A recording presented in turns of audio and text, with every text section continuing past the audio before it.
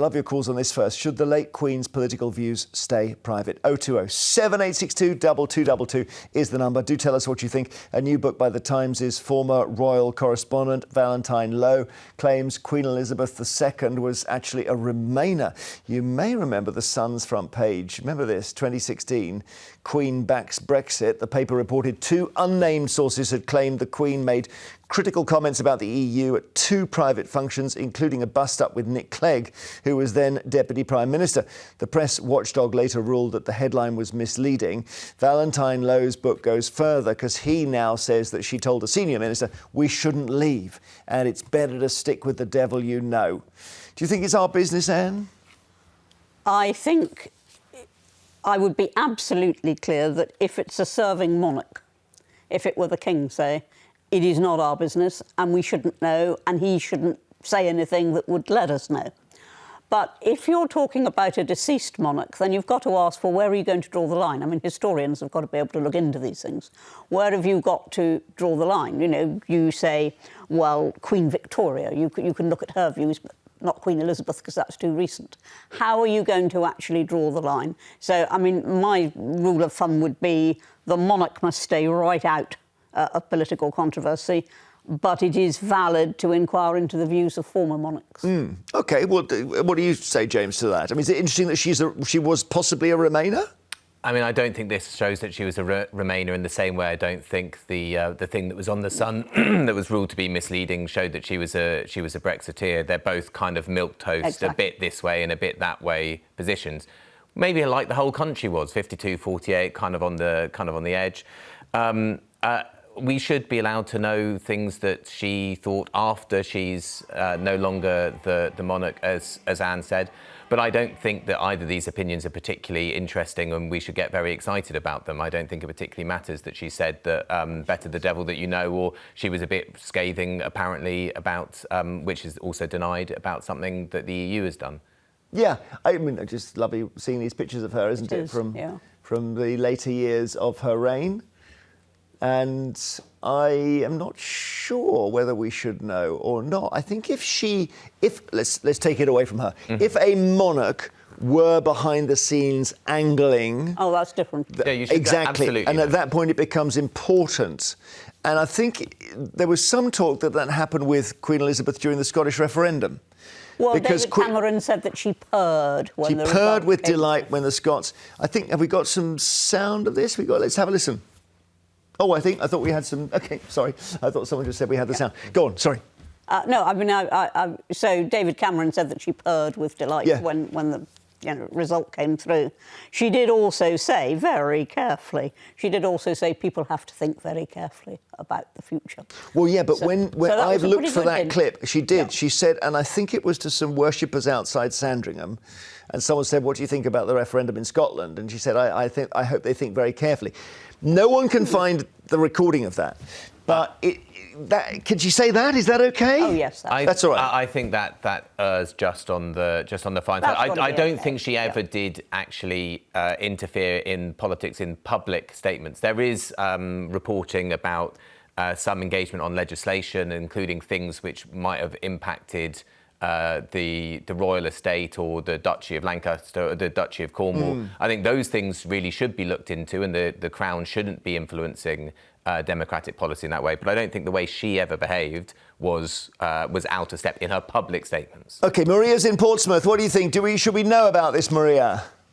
No, we shouldn't. They were her personal views to herself and round about people around her. The Queen was a very, very respectful woman. She respected us, the people of the UK, and we should now be respecting her. Her views were just her views. If she wanted us to know, we would have known about it. She didn't. So let's just leave it at that. And it's possible, Maria, as well, just thinking about this, all of us, I wake up on a Monday, I think that Motorhead were the best band ever. On a Tuesday, I decide it was Wham. You know, if someone overhears one conversation, that would be sort of out of context. She might have had different views on it. Exactly. And the Queen, and we have to respect her, not many people like monarchy and all this stuff. She was an amazing lady, and I'm saying that as a 50-year-old woman. I grew up with her and saw what she was doing and things like that.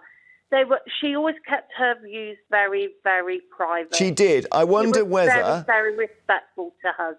Yes.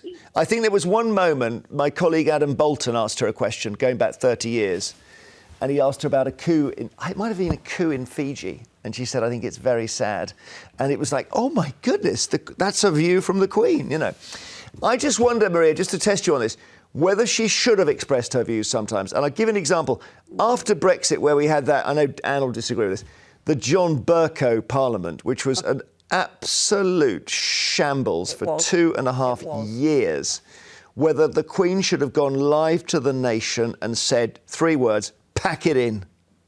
Can you imagine how electrifying that would have been? I can imagine how divisive it would have been. No, I'm glad she didn't do that. You think she should have done that? No, not at all. I don't think that would have solved anything. The Parliament didn't really have a majority for anything. It was an absolute nightmare. It was a shambles. It was very, very bad for this country. It was really bad. It was a shambles, but I don't think the Queen saying sort it out would have made any difference. OK, Maria, thanks so much. Kevin in Dunbartonshire, hi. Hello. Hello.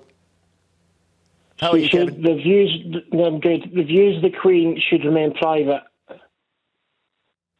What if we discover she says something really interesting? Doesn't matter. They remain private. She was the head of state. Head of state. Respect that. I don't know. You're tempting me there. I know you're trying to get me to disagree with you because obviously I'm a journalist. I want stories. You know, I'm employed by stories. So if somebody says, look, the Queen said one day, wouldn't it be fun to drop a nuclear bomb on Moscow? I think we'd have a right to know that. Yes, we'd obviously have a right to know that. Head of the armed forces, I've got a lot of respect for her because I'm a veteran. If she'd said anything to me personally, I wouldn't be telling you. No. Well, I think that's the convention. You say as a journalist you're interested. I'm less concerned about journalists, but I am concerned about historians. And that is why I say you've got to decide where you draw the line. You know, is it immediately the monarch dies or is it 100 years later? I mean, cabinet papers, for example, it's a 30-year rule.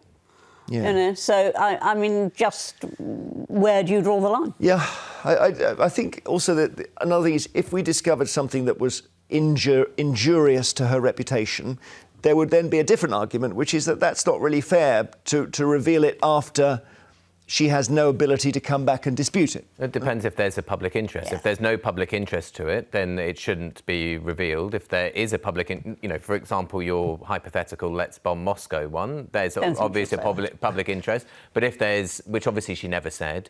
Well done for saying. But if there is some, personal indiscretion or something like that, well, there's no reason we need to know about that. OK, yeah, it was obviously a fictional example. Thank you, Kevin. As was the personal indiscretion, I should point out. Yeah, yes, exactly. I mean, she played a very tight game. She was so disciplined. I think that's what we admired. And do you know what's amazing is the papers were really nasty to her when Diana died and said, you've shown no emotion, get out there and show some. And actually, we now, in context, we can see she reacted perfectly appropriately. She didn't get carried away. Anne has reached out on Facebook. She says, in this day and age, the monarchy should be voting like the rest of us. They're human beings. They're entitled to their views. That's interesting. Oh, no. I think once they start to get political... The end of the monarch. That would be the end of the monarch. And therefore a very good thing. Within a day, yeah. But Charles has been forward with his views on certain things, like architecture. As Prince of Wales. But I think even that's burnt him slightly. After the break.